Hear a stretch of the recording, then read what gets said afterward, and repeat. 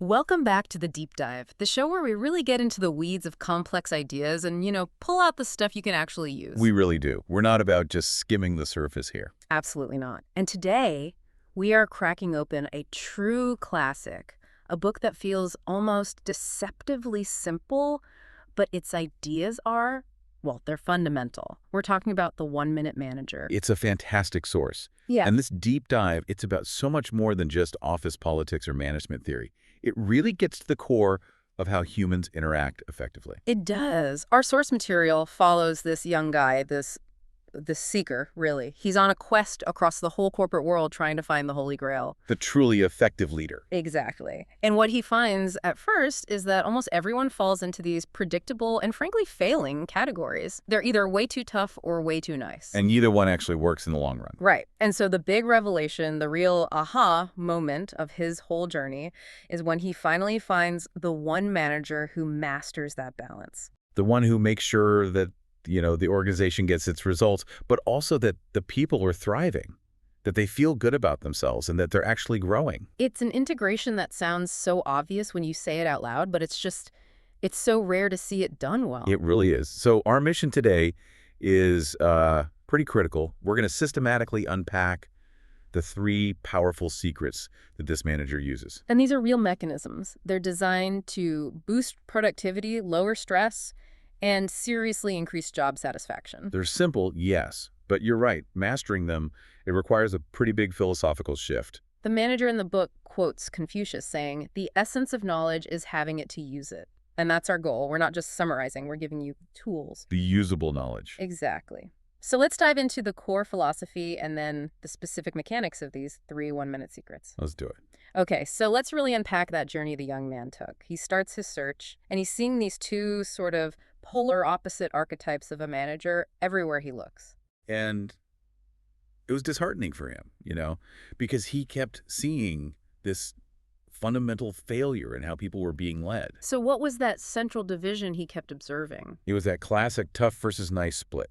On one side, you had the tough managers. These were the autocratic, the bottom line focused leaders. The numbers people. The numbers people, exactly. And their organizations, on a spreadsheet, they might look great. They might achieve some really strong short-term results. Their whole focus was winning the organizational game. But that came at a huge cost, right? A massive cost. Because while the organization might be winning, the people under that kind of leadership, they were definitely losing. How so? Well, they were dealing with high stress, really low morale, constant burnout. They were basically just cogs in a machine designed to produce profit. It's a style that's all about results now, but it's not sustainable, is it? Not at all. It just completely neglects the human side of things, which leads to, high turnover, disengagement, all the things that kill a company slowly. Okay, so that's one side. Then you've got the total opposite. The nice managers. Right. The democratic humanistic types. The ones who genuinely cared about their people, they were supportive, they were considerate. Their main focus was a pleasant work environment. Which sounds great on the surface. It does. And in those places, the people often won. They felt appreciated, they liked coming to work, they felt valued. The problem was the organization often lost. Because the focus wasn't on performance. Exactly. If all your focus is on comfort and, making sure everyone gets along, the discipline, the rigor, the actual delivery of key results, it suffers. You're only half a manager at that point. So it sounds like he was just running into either, tyranny on one side or just chaos on the other, but never real leadership. That's a perfect way to put it. And the fundamental brilliance of the 1-minute manager is this insistence that these 2 things, caring about people and getting results, they aren't mutually exclusive. They have to go together. Precisely. The core idea is that they must go hand in hand. You can't have one without the other for long-term success. True effectiveness needs both. I mean, if you only focus on results, your people leave. And if you only focus on your people, your organization fails and can't support them anyway. It's a system. And to really nail this point home, the manager keeps things incredibly simple. He has this plaque on his desk that's a constant reminder of the single truth that drives his whole system. It's the ultimate why behind all the secrets. And what does it say? It's simple and powerful. It just says, people who feel good about themselves produce good results. I think that just hits home for anyone listening.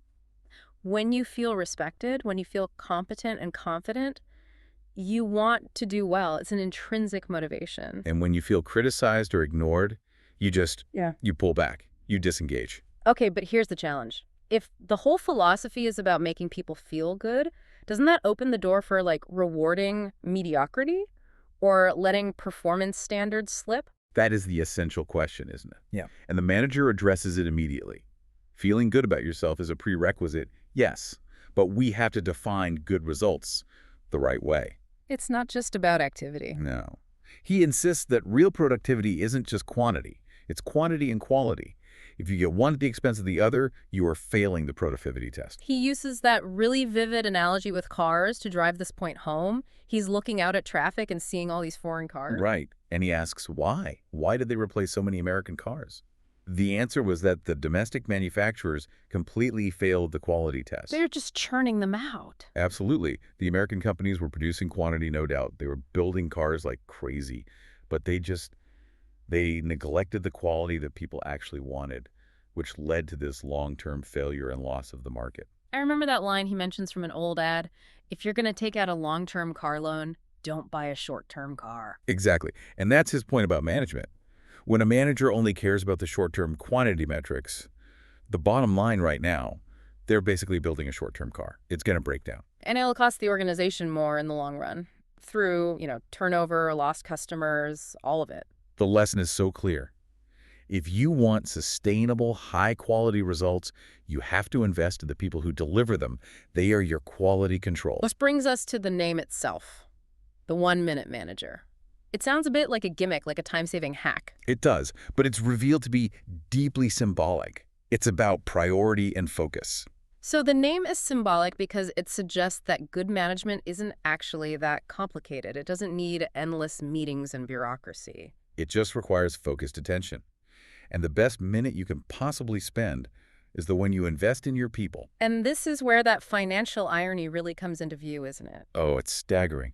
The sources point out that something like 50 to 70% of a company's budget goes to salaries. That's the investment in people.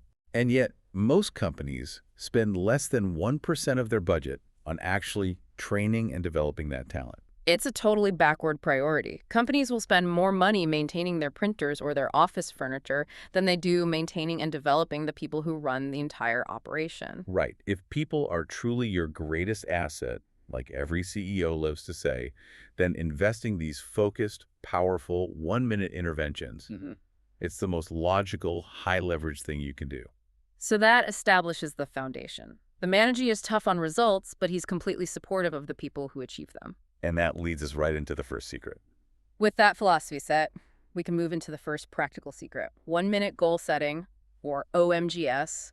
This is the absolute foundation, non-negotiable. It really is. If a manager's job is to prevent problems before they start, this is the tool. And the core principle here is just no surprises. That's it, no surprises. Right. OMGS directly attacks the biggest, most common problem the young man found in his research. The huge disconnect between what an employee thinks their job is and what their manager thinks it is. When he would interview them separately, he said the relationship between their two lists of job duties was often, and I'm quoting here, purely coincidental. Wow. So people are literally just running around doing things they believe are important, but those things don't actually align with what the organization needs. Exactly. It's a massive waste of effort, and it always leads to frustration and conflict down the line. So OMGS is designed to just eliminate that ambiguity from the start. Completely. And this is where the 1-minute idea becomes very literal and very efficient. The point is, if goals are going to be useful, they can't be some 50-page binder that just sits on a shelf collecting dust. Okay, so let's get into the mechanics. How simple are we talking here? We are talking brutally efficient. The goals have to be recorded on no more than a single page. 1 page. 1 page. And here's the key technical detail. They must be written in less than 250 words. Wait, 250 words? For an entire set of job goals. How is that even possible? Most jobs are way too complex for that. It sounds restrictive, but that 250-word limit is essential. It forces clarity. It guarantees that the goal and its performance standard can be read and fully understood in under a minute. And both the manager and the employee keep a copy. Both keep a copy. So it's easy for either of them to just pull it out and do a quick check. How is performance tracking against this specific clear standard? But I'm still stuck on the 250 words. I mean, modern jobs, knowledge work. They have dozens of responsibilities. If you cram all that onto one page, aren't you just creating a wall of text that's impossible to read? That's where the manager applies a really crucial filter, the Pareto principle, or what he calls the 80-20 goal setting rule. So you're not documenting every single little thing. Not at all. You don't write down every administrative task. You focus OMGS only on the 20% of goals that yield 80% of the really important results. Which for most people is probably what, 3 to 6 key areas? Exactly, usually 3 to 6 things. That brings up a really practical question, though. How does a manager figure out that 80-20 split? Is it just a gut feeling? No, it has to be a rigorous analysis. The manager has to really think about the organization's mission and then ask, if this person only did these 3 to 6 things perfectly, would the business still succeed? So for a salesperson, it might be something like generate 20 qualified leads per month. Right. Or for an engineer, maintain uptime on System X to 99.9%. It forces you to define what excellence actually looks like in that role in observable, measurable terms. And everything else, the other 80% of tasks. That goes on a different list. An administrative list, maybe. It's still work that needs to be done, but it's not a one-minute goal. It's not the core driver of results. Okay, so OMGS creates that crystal clarity. But the deeper reason it works is about human motivation, right? It's about feedback. It's all about feedback. The manager has this fantastic analogy about bowling to explain what happens when goals are missing or they're unclear. He says the number one motivator for people isn't money or a fancy title. It's feedback on results. You just have to know how you're doing. As they say, feedback is the breakfast of champions. Without the pins, you can't really play the game. You can't. And he identifies these 3 ineffective ways of managing, or as he calls them, bowling forms. The first one is bowling with no pins. So what does that look like in an office? That's the organization where managers know what they want, but they fail to clearly tell their team what the goals are. He asks, if you showed up at a bowling alley and there were no pins at the end of the lane, how long would you keep throwing the ball? Not long. A few times, maybe. Then I'd get bored and leave. Exactly. People in those jobs quit. They quit mentally or they quit literally because they have no target. There's no sense of accomplishment. Okay, that's pretty straightforward. The second form is a little more insidious, right? Bowling with a sheet across the pins. Right. In this scenario, the goals technically exist. They're written down somewhere, probably in some dense HR document that nobody ever reads. But they're not visible. Not at all. They're so unclear or complicated that the employee can't actually see the target. So you roll the ball, it goes under the sheet, you hear a crack. But you have no idea. Did you hit one pin? Did you get a strike? That creates so much uncertainty. You know you're busy, you know you're doing activities, but you have no idea if they're leading to successful results. It's incredibly demotivating. And then there's the third form, the one that's really the total opposite of the one-minute manager's whole philosophy. The supervisor behind the sheet. This is the manager who deliberately keeps that sheet up. They withhold feedback, they wait for you to fail, and they only pull the sheet away during the annual performance review. The big gotcha moment. The big gotcha. He calls it the NIHYSOB trap. Now I have you as a B. That's grim. It's a terrible way to manage. The whole idea is that the manager keeps the employee in the dark just so they can zap them for their failures later on. And what's the motivation for a manager to even do that? Is it just insecurity? It's often that, or it's a flawed institutional belief. They feel like they have to catch people doing things wrong to prove they're a tough, discerning manager. They want to force this normal distribution curve where you have to have some winners and some losers. It's a system where the manager actually benefits from their employees' failure? Yes, because it makes the manager look like the smart one, the one in control. And OMGS just shatters that entire dynamic because of its radical transparency. Everyone knows exactly what the pins are. Which is why he has that other plaque. Take a minute, look at your goals, look at your performance, see if your behavior matches your goals. The employee is constantly self-auditing. They don't need the manager to tell them they're off track. They can see it for themselves. And this transparency is the foundation for his idea of training winners, not just trying to hire them. Right. You have 3 choices. You can hire ready-made winners, which is super expensive and hard. You can pray they work out, which is what most managers do. Or you can train potential winners. Which takes time. But it's the only effective, scalable way to build a great team.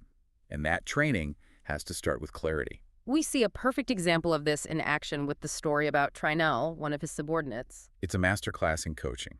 Trinell calls the manager with a problem, and he's expecting the manager to just give him the answer. But the manager refuses to play that game. Completely refuses. Trinell was hired to solve problems, not just report them, but he was calling with a vague complaint.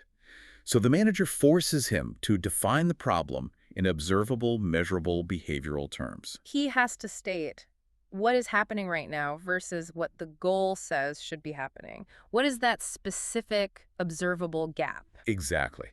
And when Trinell can't quite articulate the desired state, the manager snaps at him. He says, then don't waste my time. You don't have a problem yet. You're just complaining. That is harsh, but it's effective, right? It forces Trinell to stop wallowing in the feeling of the problem and start architecting the solution. It's a systems thinking approach. You cannot solve a problem that you have not clearly defined. Once Trinell finally articulates the gap, the manager makes him evaluate his own solutions. And every time he suggests a solution that doesn't actually bridge that gap, The manager just dismisses it as a lousy solution. the genius of this whole exchange, and why it's so important for anyone listening, is that the manager is only asking Trinell the questions that Trinell should have been asking himself. He's training him to be self-sufficient. He's teaching him how to solve his own problems in the future. I love that final line from the manager. I did not solve it. You solved it yourself. Then get out of here and start solving your own problems on your time, not mine. It's brilliant. That kind of goal-driven coaching ensures the employee knows the standard, owns the problem, and develops the ability to meet that standard on their own. And that is the ultimate payoff of 1-minute goal setting. So clarity is job number one. OMGS makes sure everyone knows where the pins are and what a good score looks like. But, clarity by itself doesn't always sustain motivation. Especially not when a goal is new or it seems really difficult. Exactly. And that brings us to the engine of the whole system. Secret number 2, 1-minute praisings, or OMP. And this is where the focus shifts completely. If most organizations are built around catching people doing something wrong, Which they are. right, the 1-minute manager's philosophy is the opposite. It's to constantly, proactively try to catch people doing something right. It's a deliberate hunt for the positive. A deliberate hunt. Mm-hmm. It's an effort to find opportunities for positive reinforcement to help people reach their full potential. I have to push back here a little bit, though. Hmm. Because in the real world, this can sound a lot like just handing out participation trophies. That's a very fair point. I mean, if the goal is high quality and high quantity, aren't you risking rewarding mediocrity if you're just praising people for trying? And the manager addresses that head on. It's all about when and how you deliver the praise, especially at the beginning of a new task or with a new employee. You absolutely must reward what he calls successive approximations. Meaning you catch them doing something approximately right. Exactly. If you wait for absolute perfection before you give any positive feedback, that person is going to get discouraged and quit long before they ever reach the goal. So how does the manager set himself up to even find these moments? It seems like it would take a lot of effort. It does take intentional effort, and that's where the mechanism of close contact comes in. His subordinate, Levy, he thought at first the manager was micromanaging him. Spying on him. Right. But the manager was observing closely and asking for detailed reports, not because he didn't trust him, but because he was actively hunting for evidence of success. He was trying to create opportunities to deliver praise. He's stacking the deck in his own favor. He is. He's trying to make it easy to catch them doing something right. Okay, so let's walk through the 7 steps of OMP. This is the structure that turns a generic good job into a really powerful behavior-shaping tool. Right, and it all happens in under a minute. Wow. So step 1, and this is crucial for transparency, you tell people up front that you're going to be letting them know how they're doing. So it's not a surprise. No surprises. Step 2, you praise them immediately after you see the right behavior. If you wait, the link between the action and the positive feeling just dissolves. Okay, so immediacy is key. Step 3 is about being specific. Very specific. You have to tell them precisely what they did right. This proves you are actually paying attention, that it's a sincere observation, not just some generic compliment you're handing out. And step 4 is connecting it to the bigger picture. Yes. You share how good you feel about what they did, and then, this is important, you explain how that specific action helps the organization or their teammates. It gives their small win a bigger purpose. Then we get to step 5, which is, it's a bit unusual. You just stop and are silent for a moment. It's a classic psychological tool. It's just a brief pause, maybe 3 to 5 seconds. But that silence lets the positive feeling, the message of I saw you and that mattered, It lets it really sink in and cement that neurological connection. It solidifies the memory. It does. Then step 6 is simple encouragement. You tell them you want them to keep doing more of that same behavior. And finally, step 7, the physical component. A handshake or a pat on the back. A supportive touch, yeah. We have to pause on that one, though, because in today's corporate world, physical contact can be, a tricky area. It can be very tricky, and the manager is clear about this. It should only be used when your motives are completely unambiguous, they're supportive, and it's all about the employee's success. And if there's any doubt. If there's any doubt at all or cultural reasons to avoid it, you skip it. You replace it with an equally strong verbal affirmation of support.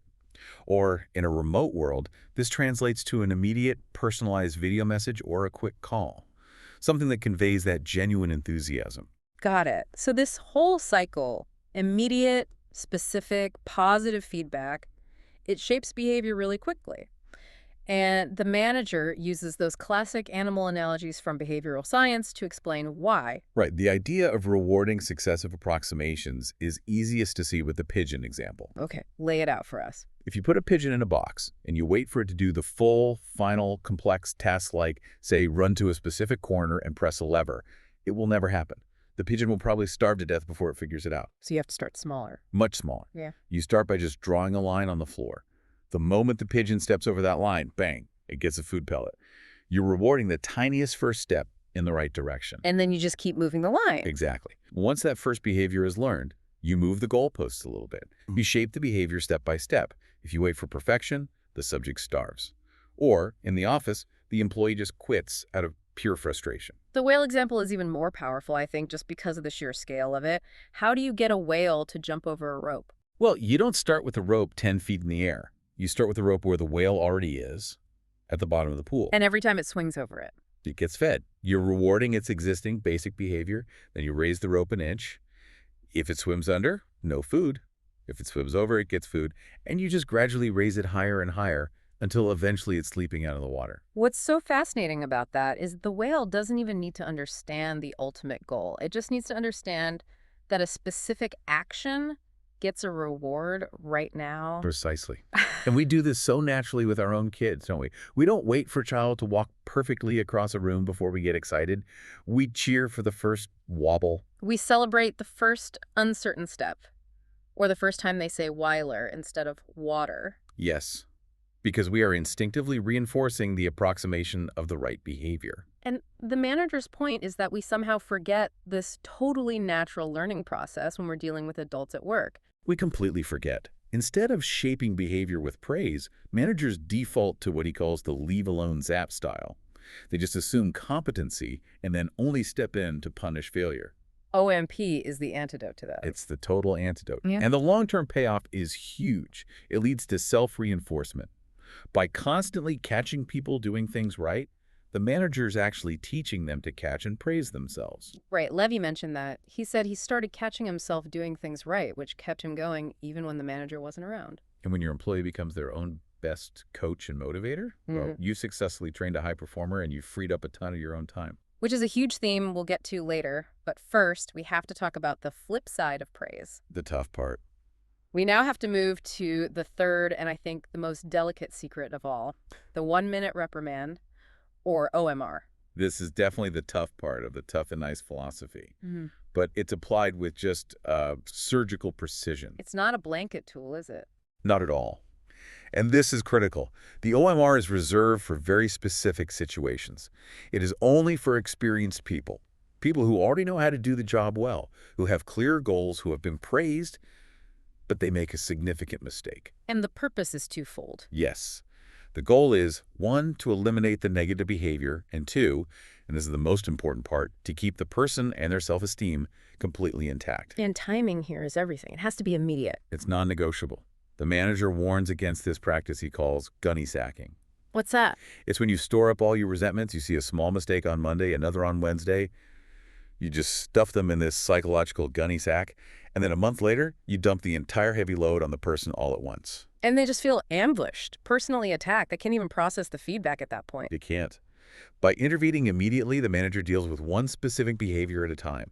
It feels fair, it feels targeted, it feels objective. It makes performance review an ongoing, low-friction process instead of a high-stakes annual battle. Okay, but let me throw some friction in here. This was written a while ago. In today's world of remote teams, global teams, people working across time zones, how do you deliver an immediate reprimand? That is a vital practical challenge, Mm-hmm. and the principle has to be adapted. Immediacy means relative to the discovery of the behavior, not necessarily the moment it happened. So if you see the data on Monday morning showing a mistake from Friday afternoon. The reprimand has to happen Monday morning. You don't wait for the weekly team meeting on Friday. And it might have to be a structured, private video call instead of in person, but the structure itself doesn't change. Okay, let's break down that critical structure. The OMR is perfectly balanced, two distinct halves, all in about a minute. It starts with the tough on behavior part. The first 30 seconds, so step one, confirmation. You have to confirm the fact yourself. Never, ever reprimand based on hearsay. You have to have seen it or seen the hard data. Yes. Step two, supportive physical contact, if it's appropriate, but with no smile. The contact says, I'm on your side, but the lack of a smile communicates the seriousness of the issue. Step 3. You look them right in the eye and you tell them precisely what they did wrong. Again, specific. Refer back to the 1-minute goal they missed. And step 4, you share how you feel about the mistake, your anger, your frustration, your disappointment, Right. and you deliver it in no uncertain terms. You're confronting the action directly. And then step 5, that's silence again. But this time, it's different. It's a few seconds of uncomfortable, heavy silence. His subordinate, Mrs. Brown, said those few seconds felt like an eternity. But that is the moment the negative feeling associated with that behavior really sinks in, and then the cuff half is over. Then comes the pivot, the transformation, the supportive of person half, the final 30 seconds. This is what lifts them back up. So Yeah. step 6, physical contact again, maybe a handshake, to signal that the correction is officially over and you are back on their side. Step 7 is about reaffirming their value. You remind them how much you value them as a person, how competent they usually are.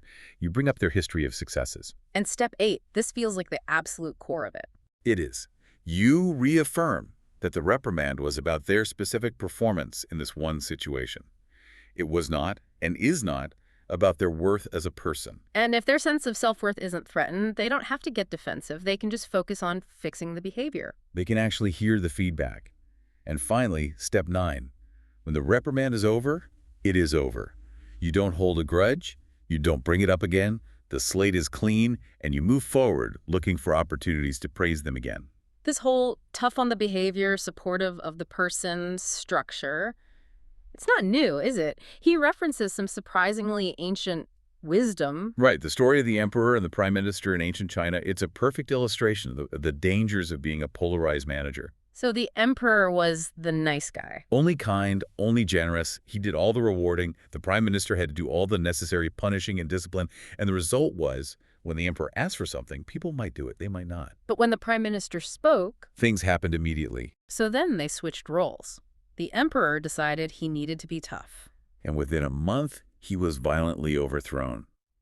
Because his subjects saw his discipline as a personal betrayal. He'd only ever been kind, and now he was only harsh. He had no credibility. But the prime minister, when he took over, he was fine. Because he was already known for being tough on behavior and then supportive of the person. His reprimands were seen as objective coaching, not personal attacks, because they were always followed by that affirmation of worth. He had credibility on both sides. It's a powerful lesson in consistency. If you're only one thing, you're not an effective leader. And the manager brings up 2 modern applications that mirror this exact structure. They both use the same 3 ingredients. Yeah. Describe the behavior, share your negative feelings, and then affirm their worth with physical contact. The first is in crisis intervention for something really serious, like alcoholism. Right.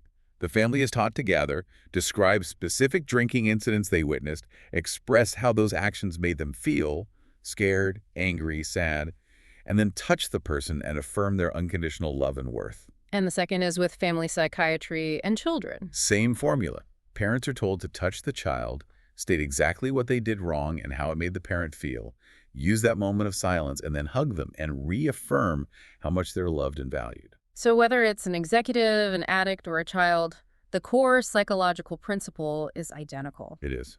Behavior and worth are not the same things. When you protect the person's worth, You give them the psychological safety they need to hear the feedback and correct the behavior. Okay, so we have these three secrets: goal setting, praising, and reprimanding. They sound brilliantly simple when you lay them out, But but a manager who executes this whole system so perfectly might sound, I don't know, a little too effective. The question has to come up. Is this all just a very sophisticated form of manipulation? that's a critical question. And the manager confronts it directly. He defines manipulation as getting people to do something they are either unaware of or have not agreed to. And this system is the opposite of that. It's the total opposite. It works precisely because it's built on radical transparency. Everyone knows upfront what the manager is doing and why. The goals are clear. The feedback process is clear. He says being honest with people eventually works. Being dishonest, even in small ways, eventually fails. And the proof is in the pudding, right? The organizational results. Absolutely. The manager's division, even though it has some of the oldest, most outdated equipment in the whole company, is the single most efficient and effective plant they have. So results and people are winning at the same time, even when resources are tight. Which proves the philosophy works. And that leads to this really fascinating paradox about employee turnover. On the surface, it looks like a problem for him. Right, the official from headquarters, Miss Gomez, she confirms that, yes, a lot of people leave his operation. But the key question is, where do they go? They're not quitting to go work for a competitor. They're leaving to get their own operations, to get promotions to higher level leadership roles inside the same company. Exactly. After a couple of years working for him, they've become so self-sufficient, they often say, who needs a manager? He's essentially the company's best trainer of people. So this completely reframes the idea of turnover. For most companies, high turnover is a costly failure. It's a loss of knowledge. It's expensive to recruit. But for the one-minute manager, it's proof of success. He has built such a strong internal pipeline of leaders that when headquarters needs a talented new manager for another division, they call him first. And he always has someone ready to go. And how does he manage the knowledge loss? If his best people are constantly moving on, how does he keep the operation from falling apart? Because of OMGS and OMP. The knowledge is baked into the system. The processes are clear. The people are trained not just on what to do, but how to think and solve problems, like he taught Tranel. The people who are still there are highly skilled and confident, which makes the transition much smoother. He's teaching them to manage the system, not just to execute a list of tasks. That's it exactly. And the personal payoff for him and his staff is huge. It goes way beyond the office. Less stress, you mean? Way less emotional and physical stress. Fewer costly turnovers, less personal illness, less absenteeism. They are genuinely thriving, not just surviving the work week. And the manager himself, he notes that he's basically given himself the gift of time. He has time to think, time to plan, time to exercise and stay healthy. By making his staff so competent and self-managing, he's freed himself from the trap of daily firefighting. He gets to focus on real strategic leadership. And the final piece of advice for anyone listening who wants to try this is just, it's so simple. Don't wait until you think you can do it perfectly. Perfection is the enemy of the good. When the young man became the new one-minute manager, he was just honest with his team. He admitted he wasn't perfect. He said things like, I'm not sure I can remember to calm down after a reprimand. Or, I'm not used to telling people how good they are. Right. And by admitting that vulnerability, by just asking them, do you want to be managed this way and can you help me learn? He built immediate trust. His team's response was basically, well, you could at least give it a try. That admission of imperfection showed them he was truly on their side from day one. It cemented the transparency of the entire system. This has been a true deep dive into what is really just the practical application of common sense, isn't it? It really is. Let's just synthesize the core power of these three secrets one last time for everyone. Okay. 1-minute goals provide that absolute clarity and direction. They make sure everyone's effort is targeted at that critical 20% of tasks that really matter. Then 1-minute praisings provide that immediate, specific, positive reinforcement. It's what accelerates learning and shapes behavior through that idea of successive approximation. And finally, 1-minute reprimands. They provide immediate correction for mistakes. But, and this is the key, they separate the behavior from the person's worth, which allows them to actually hear the feedback without getting defensive. The ultimate gift the young man got from the original manager wasn't just a great career. It was the gift of time and health. Time to think, time to plan, time to focus on what's next, because his operation was running so smoothly without his constant hands-on intervention. And when the new manager started to share this wisdom, the only thing the original manager asked was that he pass it on, that he share it with others. A gift to be shared. So that leaves us with a final thought for you, the listener. If the most effective managers are the ones who train their people so well that they're no longer needed for daily tasks, what investment are you making today? In clarifying goals, in providing immediate praise, and delivering transparent, non-judgmental correction to ensure your own replacement and allow yourself the time to focus on that next level of leadership. That's the strategic question we leave you with today.